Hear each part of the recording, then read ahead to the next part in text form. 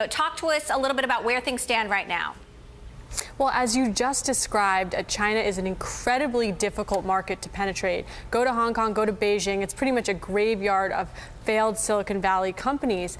Airbnb knows this, it recognizes this, and it sees Xiaozhu as a way to get into that market because this is a company that's been there since 2012. It has a large following. It's worked through a lot of the regulation issues that face a growing company in China, and it's a great foundation for Airbnb to build from. Now, Uber is the latest U.S. tech company to basically give up in China. That you could debate whether what they ended up with was really all that bad. Airbnb had said a year and a half ago they were going to hire a China-based CEO. That hasn't happened yet. I asked Kai-Fu Lee, who used to run Google China, about Airbnb's chances of succeeding there. Take a listen to what he had to say. Looking for a Chinese CEO is a smart move. That's something Uber never did. So what do you think the odds are of Airbnb succeeding in China, where others have failed, so many others? Well, if you're asking how likely will they become an Apple level of success in China, I would say 0. What about less than Apple, like an Airbnb level of success in the U.S.? That's also 0. 0, and yet Airbnb is still trying, though they have not hired that China CEO, Olivia.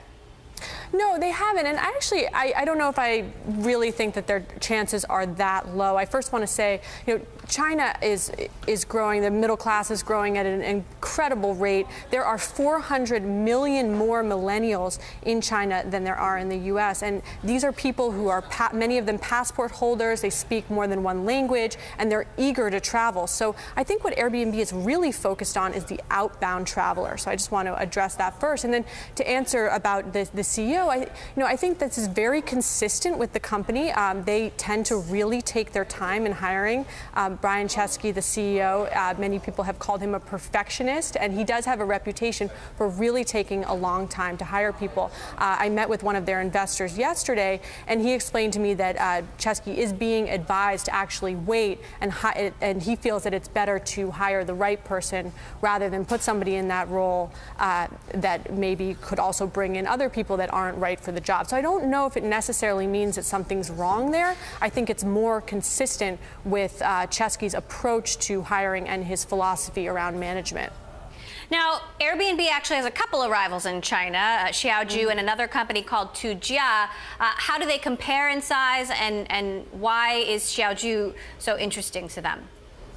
I think Xiaozhu is more interesting because the occupancy rates are much higher. Tujia has a huge number of listings. It claims to have 800,000 listings, but very, very low occupancy rates we are finding. And so I think that Airbnb wants a company that has perhaps less listings, but listings that are more similar to those that Airbnb prides itself on, perhaps ones that offer a real home experience as opposed to an empty vacant building that's being developed as a condo purchase building.